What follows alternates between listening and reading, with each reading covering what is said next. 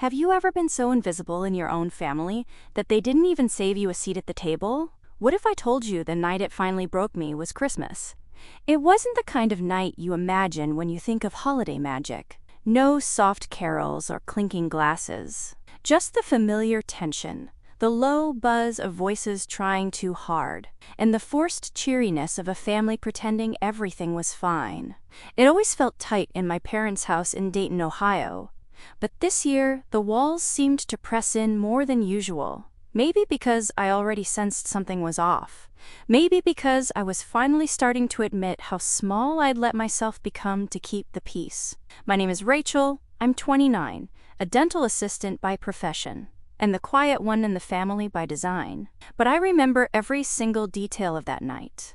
The smell of overcooked ham. The scratchy red sweater I wore because Mom likes us to dress festive. The way my brother Derek's laugh could split a room in half. Like always. We were halfway through setting the table, the kind of chaotic choreography we did every year. Too many dishes, not enough counter space, everyone bumping into each other but pretending not to mind. I was refilling the punch bowl when Mom brushed past me and muttered, "Oh, honey, there's not enough chairs. Could you just take your plate and eat in the car? We'll bring dessert out when it's time." I blinked. I thought she was joking. I even gave a little laugh, but then I looked at her face. She wasn't smiling. "Seriously?" I asked, quiet, stunned. She didn't meet my eyes. "Well, we have the Jenkinses here this year, and you know how they love to stay long. We're just at capacity. It'll only be for tonight, Rachel. Don't be difficult." Before I could respond, Derek, my older brother by 3 years and the unofficial king of sarcasm, chimed in with a smirk. "Why waste a seat on you when you're barely here anyway?" A few people chuckled. Nervous laughs. Not really sure if it was a joke, but I wasn't laughing. It was like the air got sucked out of the room, and I was the only one left holding my breath. I looked around at my family, the same people I'd helped every time they got themselves into a bind. The same brother I once drove 3 hours to bail out of a bad business deal. The same mother who called me at midnight when she couldn't remember how to log into TurboTax. And I wasn't worth a seat? There's something about humiliation in front of others that sinks deeper than a private wound. It wasn't just what they did, it was that no one said anything. Not Dad, not Aunt Carla, not my cousin Ellie, who once borrowed my credit card and swore she'd pay me back. She didn't. I felt hollow, not angry, not yet, just gone. I picked up the gift I had wrapped for Derek, an envelope with a red bow on top, and calmly I set it in front of his plate. "You might want to check under that," I said. He raised an eyebrow, but I didn't wait to watch him open it. I turned, walked past the table of forced laughter, and stepped out into the snowy night without a word. The wind hit me hard as I opened my car door. I didn't cry, not yet, just locked the doors, turned the engine for heat, and stared straight ahead at the blurry glow of the house I didn't belong in anymore. Because in that moment, I finally accepted the truth. They didn't forget me. They dismissed me. And maybe, just maybe, I was done being quiet about it. The snow fell heavier as I sat in the car, heat blasting, fingers numb from something that had nothing to do with the cold. I stared out at the windows, lit golden with laughter, and the occasional shadow passing by, like ghosts of a family I no longer recognized. I didn't check my phone. I didn't need to. Nobody was calling. I was supposed to be used to this, being the placeholder sibling, the helper, the planner, the listener, the one who knew when to leave quietly. But tonight, it wasn't quiet inside me. Derek's words played on loop. "Why waste a seat on you?" Funny, coming from someone who once begged me to help him fake expenses on his 2020 return so he could qualify for a business loan. I'd been working weekends, barely sleeping, and still carved out time to polish the documents for him. That flash drive had been sitting in my apartment for over 2 years. I kept it mostly out of habit, maybe a little fear, and when he started snickering at me over dinner prep, I remembered. Funny how humiliation sharpens memory. So I wrapped it, neatly, labeled it with his name, tucked the USB into a velvet box, and slid it under his dinner plate while he wasn't looking. Call it a gift of accountability. The car's windshield began to fog, and I watched the frost spiral as voices inside the house rose and fell. I didn't know if he'd found it yet. I didn't care. Not right now. I was still holding my paper plate, piled with food I barely had an appetite for. I set it on the passenger seat and leaned back, fingers tapping the steering wheel in time with my pulse. Then, the front door opened. Derek? He stepped out, shoulders hunched in his blazer, looking confused. He wasn't wearing a coat. That meant one thing. He wasn't chasing me out of concern. He left in a hurry. He held the flash drive in one hand, staring at it like it might explode. My eyes met his through the fogged window. He didn't look smug anymore. He mouthed something. "What is this?"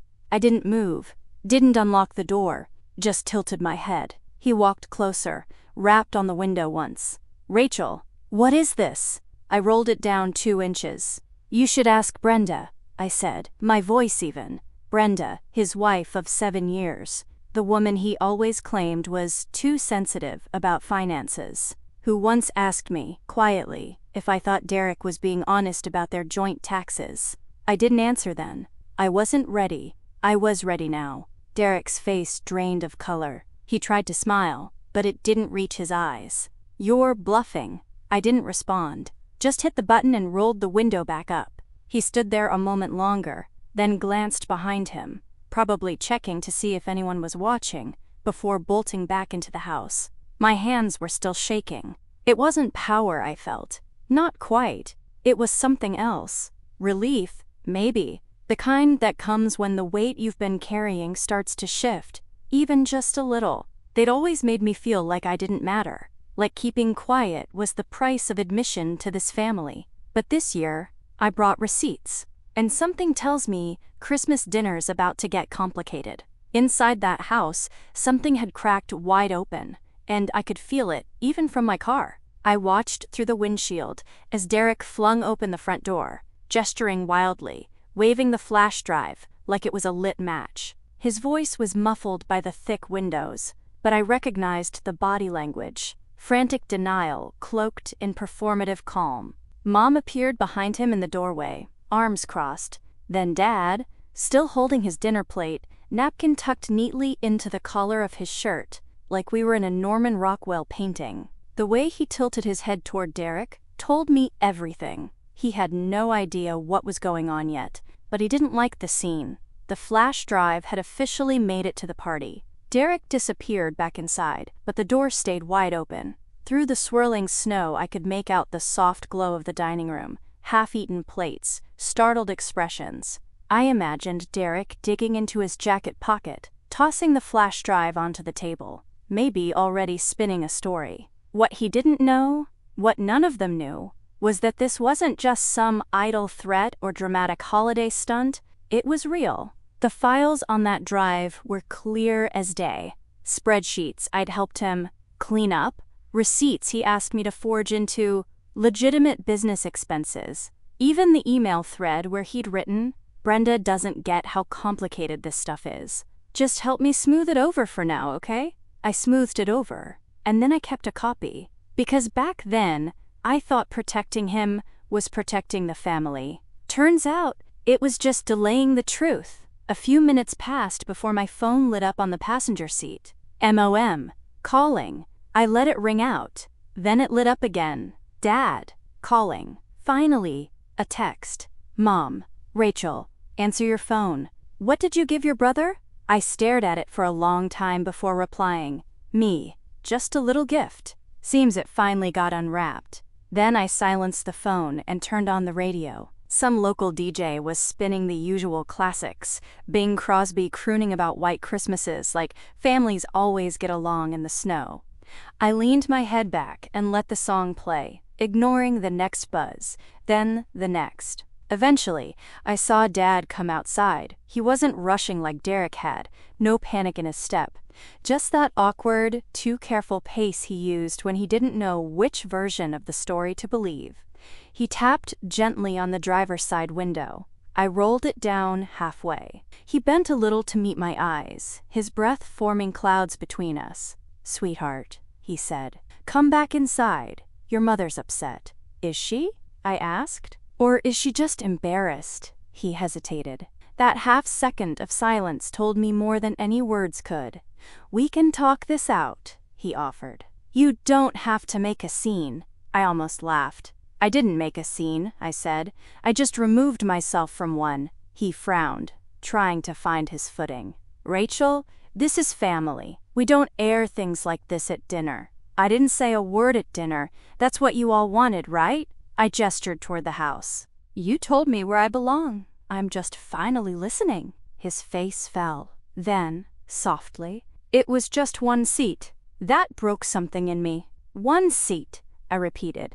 You think it's about a chair? I shook my head slowly, then shifted the car into gear. You all made it very clear where I stand in this family. Don't be surprised if I finally decided to stand somewhere else. And with that, I rolled the window back up. He stayed there a moment, palm resting against the glass, unsure whether to argue or retreat. Eventually, he turned and walked back toward the house, footsteps swallowed by snow. I didn't drive away. Not yet. I just sat there in the stillness, staring at the flickering lights inside, wondering if this was what liberation felt like. Raw, cold, and quiet. But I wasn't afraid.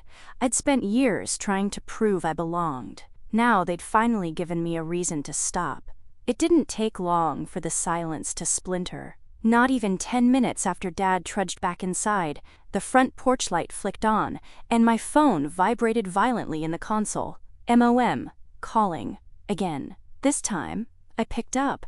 I don't know why. Maybe I wanted to hear what justification she'd scraped together. Maybe I just wanted to know how far she'd go to pretend this wasn't what it clearly was. Exposure. Rachel? Her voice was sharp, clipped, not worried, annoyed. I said nothing. What did you give Derek? She snapped. There it was. No hello? No Merry Christmas? I replied coolly, staring out through the windshield as snow dusted the hood. Just straight to the damage control? You need to stop whatever game you're playing, she hissed. This isn't the time or place. The time was 2 hours ago, Mom. When you told me to go eat in the car, that was the time. A heavy pause. Don't be dramatic, she said, and I actually laughed. This soft, tired laugh that came out of me before I could stop it. She always did that. Took a match to my dignity, and then accused me of flinching at the heat. You embarrassed your brother, she continued, in front of the Jenkinses. What were you thinking? I was thinking, I said slowly, that if Derek can lie for years and you can let him, then maybe it's not me who should be ashamed. Silence on the other end. Then, curtly, your father wants to talk to you. A rustling sound, the phone shifted hands. Rachel? Dad's voice. Softer, quieter. I sighed. Yes? I know this got out of hand, he began, but can we just cool off for tonight? Come back inside. Sit down with us. Sit where? I asked. On the floor? The porch? He didn't answer. I'm not coming back in, Dad. I'm done pretending like none of this matters. There was another pause. Then he said, Okay, a little too gently. But maybe come by tomorrow. We'll talk it out. I was already shaking my head, though he couldn't see me. No. You told me where I belong, I said. Now live with it. I hung up, and for the first time all night, I didn't feel like the outsider. I felt like the one in control. The snowfall thickened, blanketing the driveway, the lawn, the string lights still glowing stupidly along the fence. Through the fogged glass, I could just make out movement in the kitchen. Derek pacing, rubbing his temples. Brenda standing stiff beside him, arms crossed. I wondered what was going through her head, how many late-night suspicions were finally clicking into place. It had been 2 years since she first came to me with questions. I'd dodged them back then, told her I wasn't comfortable getting in the middle of their marriage. But I wasn't in the middle now, I was on the outside. And from here, everything was finally clear. I didn't expect a call from Brenda. Not that night, maybe not ever. But as I drove away from that house, slowly, carefully, down the icy street, I couldn't help but feel that a fuse had been lit, and someone else had finally noticed the smoke. The next morning, I was still in bed, wrapped in layers of flannel and silence, when my phone buzzed with a message I didn't expect. Brenda, we need to talk. I saw the files. Thank you. No punctuation, no emojis. Just that raw, tight brevity of someone whose world had tilted and was still spinning. I sat up slowly, my chest tightening. She had opened it, Somewhere between the moment Derek lifted his plate and the moment I locked my car door, Brenda had finally seen what I'd chosen to carry alone for years. I tapped back a short reply. Me. Call me when you're ready. No more hiding. Not for her, and not for me. I spent the next hour in quiet, pacing my one-bedroom apartment like the floor might offer some kind of clarity. My place had always felt like a retreat. Small, warm, simple. A space I could retreat into when the world got too loud. But this morning, even the walls felt like they were listening.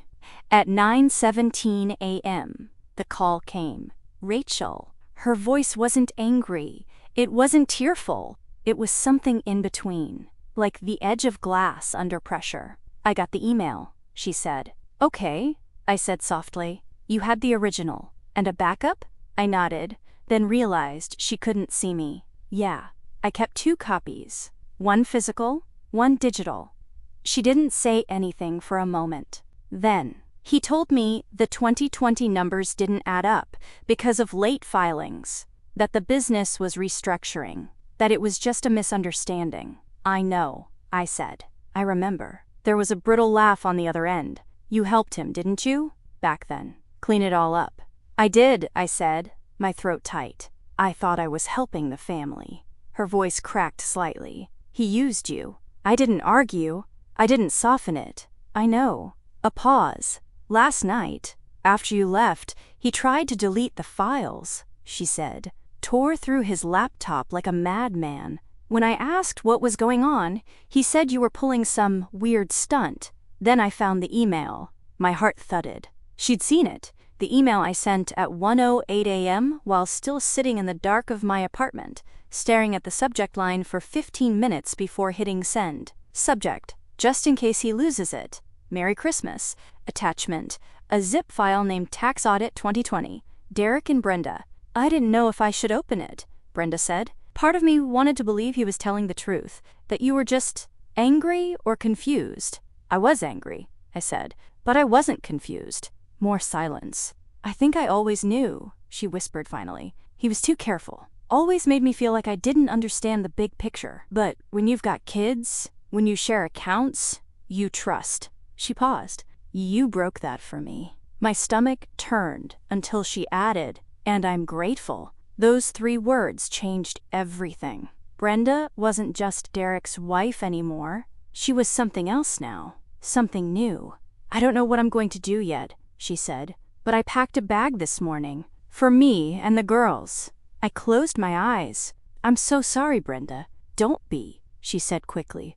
I think I've been waiting for an excuse to leave for a long time. You just gave me proof. There was a breath on the line. Not a sigh. Something steadier. Resolved. He said you'd never turn on him, she added, that you'd always protect him.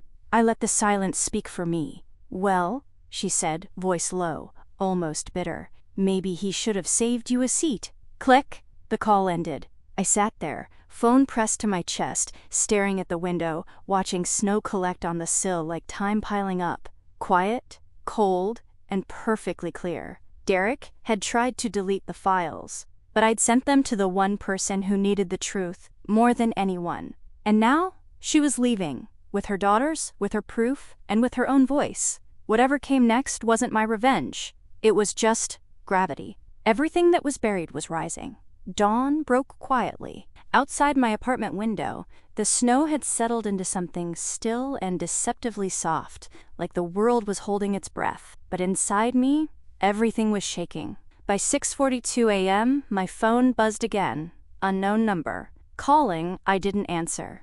It rang once more. Then silence. Then a single text message. Brenda. I told him. We're gone. That was it. 4 words that hit harder than any screaming match could. I sat up in bed, heart thudding, barely noticing that I still wore the same sweater from the night before. I reread the message, over and over, until it seared itself into my memory. She told him. She left. I didn't know if it was bravery or breaking point, but whatever it was, she'd reached it. And I had, in my own way, been the push. 10 minutes later, I got a second message. This one with a picture. 2 pink duffel bags. A car seat. Her daughters in the back of their SUV, bundled in fleece pajamas, still holding their Christmas morning teddy bears. Brenda's eyes in the rearview mirror, hard, swollen, but determined, and beneath it, Brenda. He asked me where I was going. I told him I'm going where people are wanted. I told him, maybe you should have saved her a seat. I covered my mouth with my hand, tears instantly burning behind my eyes. It was everything I hadn't said last night. Everything I'd wanted someone, anyone, to say. She said it, for both of us. In the quiet morning light, the story was no longer just mine. Brenda had joined it, not as Derek's wife, or the woman too polite to question things. She'd stepped into her own chapter, and it was fierce. I texted back, "Me, if you need anything, I'm here." She replied almost immediately, "Brenda, actually, I think you're the only one I trust right now." I stared at that message for a long time, let it fill the space in me that used to ache for approval. From Derek, from Mom, from the people who always seemed to think of me last. Someone trusted me, not because I played nice, not because I stayed quiet, but because I had finally spoken. Later that morning, I got word, through a cousin's passive-aggressive group chat post, naturally, that Brenda had uploaded a snippet of the tax files to the extended family thread. Just a taste, one spreadsheet, Derek's name in bold, along with a suspicious business expense for a patio renovation at our parents' house, cleverly labeled as outdoor meeting installation. The group chat was imploding. Some cousins were frantically asking questions. Some were trying to defend him. Others were strangely silent. Aunt Lori commented, "Is that why your mom made such a big deal about paying cash for everything last year?" Uncle John, "Wait, was this how Derek got that write-off in 2020? Then Ellie, my cousin who once borrowed my debit card without asking, chimed in with a one-line bombshell. "Rachel's been quiet all these years." Makes you wonder what else she knows. I didn't respond. I didn't have to. For once, the silence was working in my favor. Around noon, I got another message. This one from Brenda again.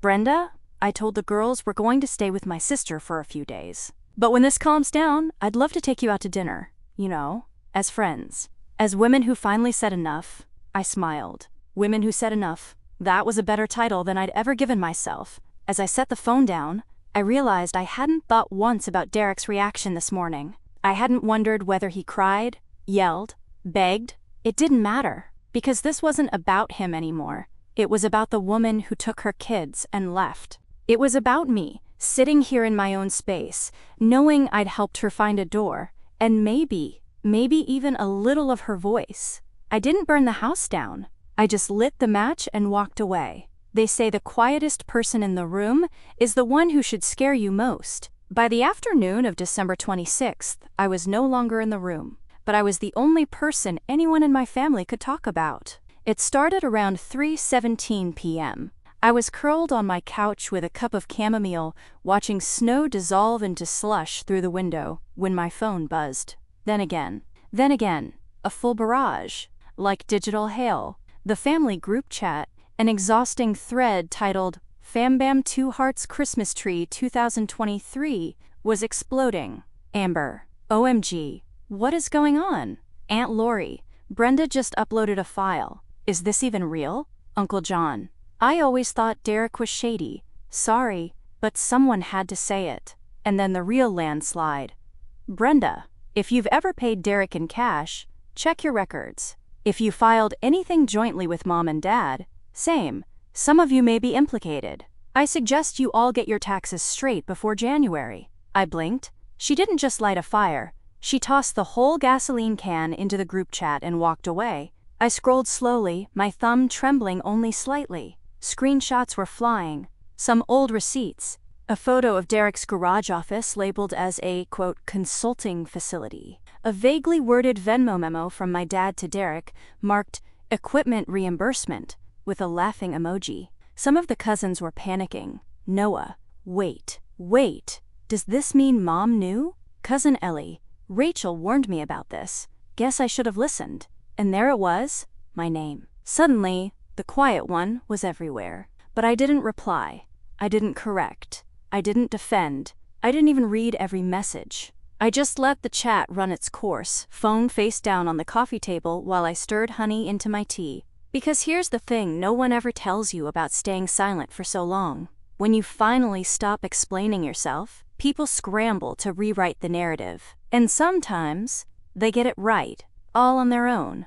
I didn't owe them anything. Not an explanation, not a defense, not even a reaction. This wasn't revenge. It wasn't sabotage. It was gravity. Truth doesn't need an advocate when it's already heavy enough to crush. Later that evening, I got a quiet knock at my apartment door. I froze, because no one ever just shows up without texting.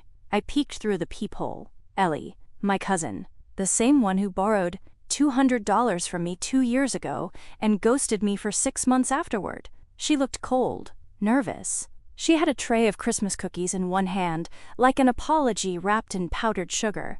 I opened the door, but just a crack. "Hey," she said, trying to smile. "I was in the neighborhood." "Really?" I raised an eyebrow. "Okay, no," she said. "I was at Brenda's. She told me what happened, or at least some of it." I didn't answer. Ellie shifted her weight. "I just wanted to say, I didn't know. I mean, I knew Derek was kind of a jerk, but this? It's bad." I nodded once.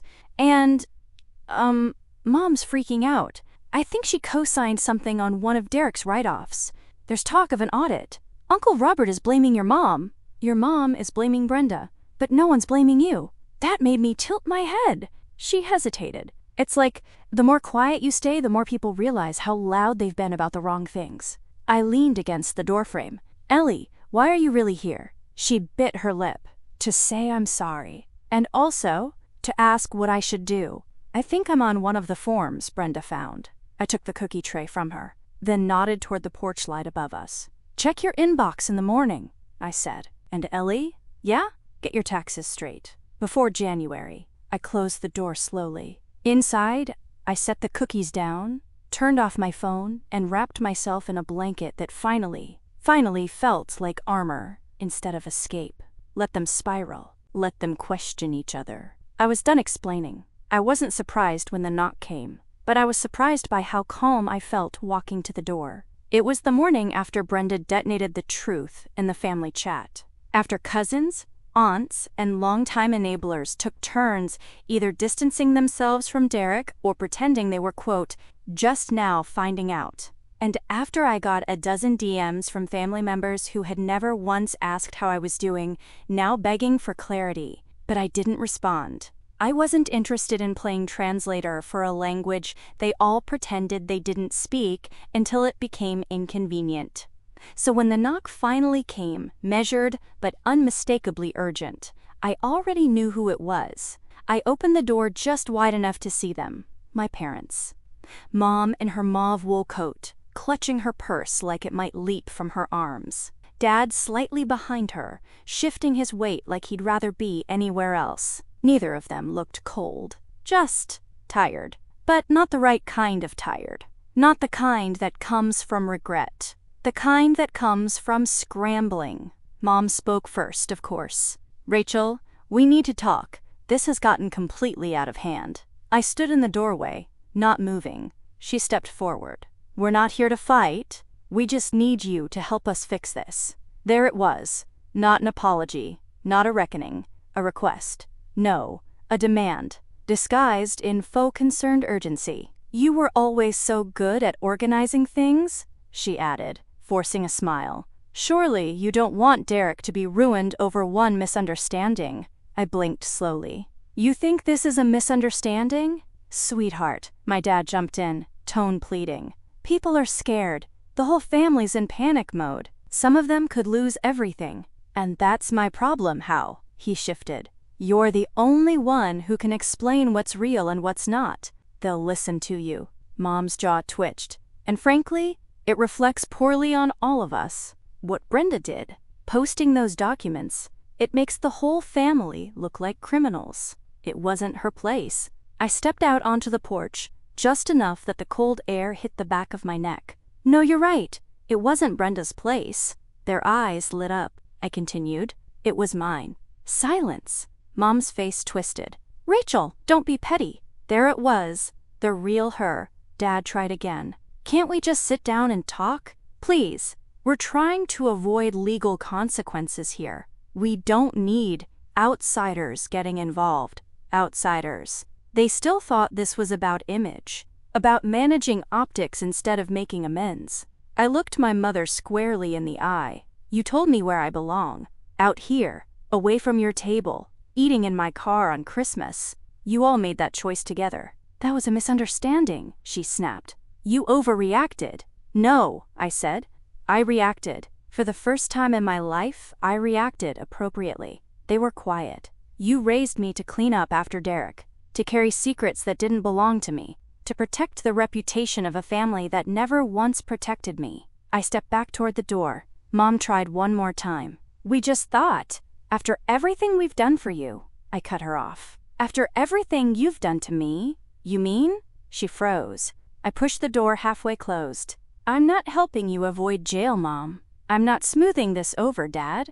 If your panic is louder than your apology, then you're not sorry. You're just scared. And then I closed the door, quietly, deliberately, and I didn't look back through the peephole to see if they stayed or left. I just turned around, walked to my kitchen, and poured myself a glass of orange juice like it was any other Saturday morning.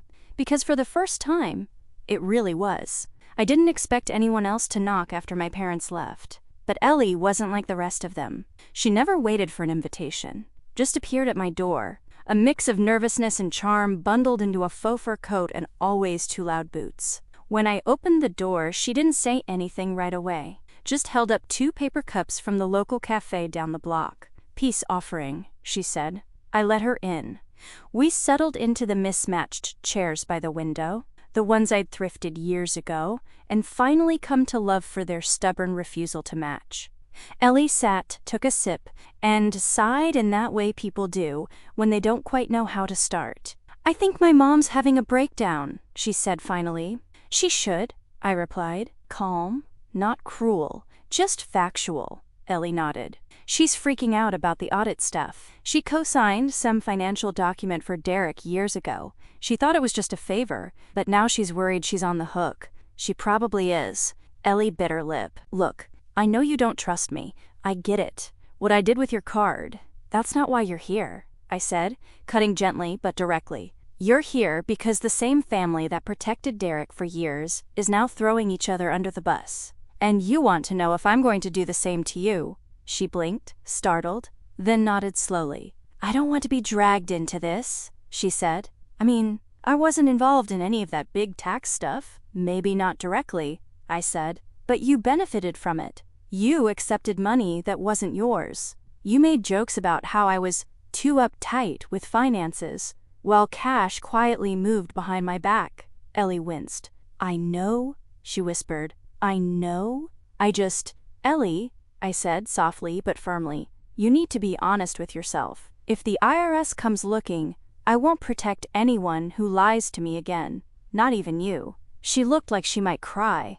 I'm not trying to scare you, I added. I'm trying to make sure you don't end up like them, scrambling, denying, getting exposed by someone else when you could have come clean first. She stared at the steam rising from her coffee, quiet for a long moment. Then she said, I've never heard you talk like this. Because I've never been this free, I replied. Another long pause. I want to get right, she said finally. Really? I'll call Brenda. I'll go through my records. If I'm in anything I shouldn't be, I'll fix it. I believed her. Not because she was suddenly perfect, but because she looked exactly how I had felt for years. Overwhelmed, overlooked, and out of places to hide. And Rachel, she added, voice breaking just a little, thank you for not shutting the door on me. I gave her a small smile. I almost did. She laughed through her nose, nodding. We sat for a while, quietly sipping our coffee. Outside, the snow was beginning to melt in patches. Messy, uneven, honest. Before she left, Ellie turned to me in the hallway. Do you think it's too late for the rest of them to change? I shrugged. Maybe. Maybe not. But if they're only scared because they got caught, I'm not sure that counts. She nodded slowly, then opened the door. "Oh," she added, "your mom called me this morning. She asked if I'd talk some sense into you. Said you were being vindictive." I smiled. "Good," I said. "Then I know it's working." Ellie grinned, a little sad, a little proud, then stepped into the cold. And as I closed the door behind her, I realized something else. I wasn't angry anymore, just clear. And that clarity, it was everything. New Year's Eve didn't feel like the end of something. It felt like the beginning. I stood in front of the diner mirror, adjusting the collar of my simple black coat, brushing a dusting of snow off my sleeves. Outside, the world was frozen and glowing. Tiny lights wrapped around the old trees out front, a quiet hum of distant fireworks waiting to happen. I was early, and I didn't mind. Inside the diner, our little corner booth tucked in the back. It was warm. Brenda looked up first when I walked in, her face softening into a relieved smile. Her hair was pinned up loosely, her coat already slung over the booth behind her. Ellie sat across from her, nervously stirring a cup of coffee she clearly didn't need. "Look who made it," Brenda said, standing to hug me. It wasn't the kind of hug women give when they want something. It was the kind you give when you recognize someone in the dark and are just glad they made it out. Ellie grinned. "I got us a window seat." And Brenda picked the playlist. I slipped into the booth beside them. The diner smelled like syrup and grease, and something a little like forgiveness. For once, I wasn't bracing for a fight. We didn't talk about Derek. Not at first. We talked about nothing. How Brenda's youngest had learned to tie her shoes with one hand, how Ellie burned an entire tray of cookies trying to improvise, how my apartment still smelled faintly like the pine candle I accidentally dropped on the heater. It was easy. It was real. Somewhere between the waffles arriving and the second round of coffee, Brenda leaned in and said, "You know what the best part of leaving was?" I looked at her. "I didn't even cry," she said. "I thought I would. For years I imagined it would be this dramatic, movie-style breakdown, but it was calm. I just packed up, buckled the girls into the car, and left." "That's how you know you're done?" I said. She nodded. "Yeah, I think it was the moment I realized I wasn't even angry anymore. Just tired of being small." I reached across the table and touched her hand. I spent years trying to make myself smaller, too, just to fit into a family that already had a script written. Ellie looked down. "I think I was part of that script, background character in Derek's show." I shook my head. "Not anymore." Brenda smiled. "No, not anymore. We toasted with mismatched mugs, coffee, tea, and Brenda's rogue glass of cranberry juice. And we didn't need champagne. Because this right here? It was celebration enough. The three of us. Different women, different stories, same moment of clarity. We'd all been used, we'd all been underestimated. And now, we were done with all of it. "You know," Brenda said, leaning back in her seat, "I used to think strength looked like sticking it out. But maybe strength is walking away while you still recognize yourself." Ellie nodded. "Or walking toward someone who finally saw you." I looked at both of them. Two women I hadn't expected to end this year beside Brenda, the sister-in-law I once held at arm's length, Ellie, the cousin I had almost written off entirely. And yet, here we were, reclaimed, rebuilding, rewriting what family could mean. Outside, fireworks started early, small bursts lighting the clouds, muffled cracks echoing against the windows. I didn't flinch. "I'm glad you're here," I said. Brenda smiled. "We're glad you didn't stay quiet." For the first time in my life, the table I sat at didn't feel like one I had to earn my place at. It felt like it had been waiting for me all along. By February, the snow had lost its charm. It had turned sludgy, gray, crusted with salt along the sidewalks like the residue of something that had once felt clean. The holidays were behind everyone else, but for me, the aftermath was just beginning. The IRS called on a Monday. It wasn't a dramatic knock at the door, or a letter stamped with red ink. Just a polite voicemail from a woman named Karen Reyes, requesting a call back regarding a, quote, family-related tax discrepancy. Her tone was careful, warm, but pointed. I returned the call that afternoon. "Yes, I'm familiar with the files in question," I said calmly. "Yes, I provided documentation." "Were you involved in preparing any of the financial records listed?" "I was," I answered, "but under the direction of my brother. I've also submitted copies of our correspondence." There was a pause on the line, a kind of quiet that told me they'd already seen everything. "Would you be willing to speak to our audit team as a witness, Ms. Lane?" I breathed in slowly. "Yes," I said.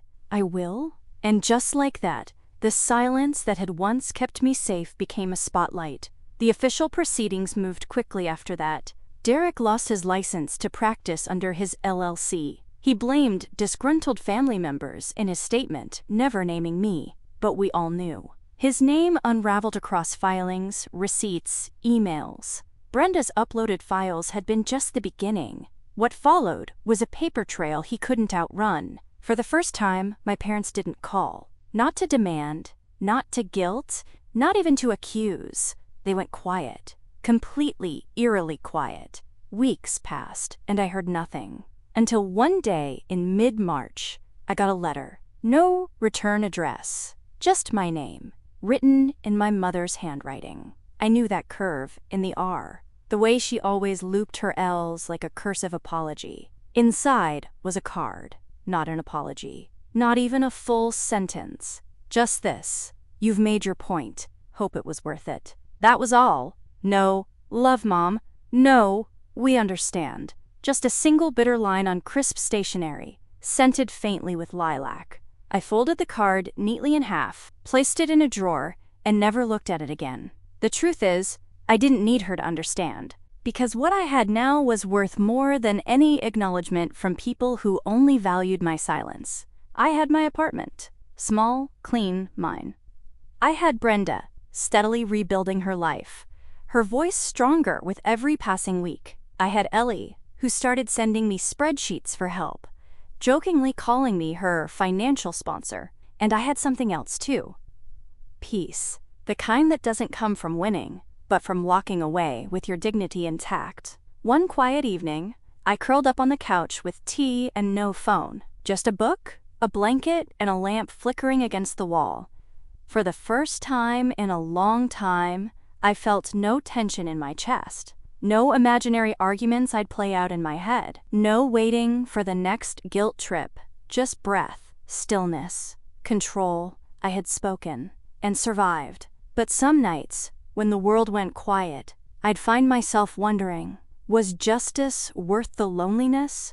I didn't regret what I'd done. Not the files, not the flash drive, not the slammed door, or the silence that followed. But I'd be lying if I said I didn't feel the echo of what I lost. You don't grow up dreaming of becoming the whistleblower in your own family. You grow up believing they'll always leave a seat for you at the table. Turns out, sometimes the best thing you can do is walk away from the table entirely and build your own. So here I am, not part of their picture-perfect holiday cards anymore. Not in the group text about spring brunches or summer reunions. Not even mentioned, from what I hear. And yet, I'm the one they all remember, because I was quiet, until I wasn't. Speech balloon. Have you ever had to choose between family and your own peace? Was it worth it? Let's talk in the comments. And if my story gave you strength, or just reminded you that it's okay to walk away from what doesn't serve you, hit that like button and subscribe for more real stories about finding your voice. Because silence protects others, until you decide to protect yourself.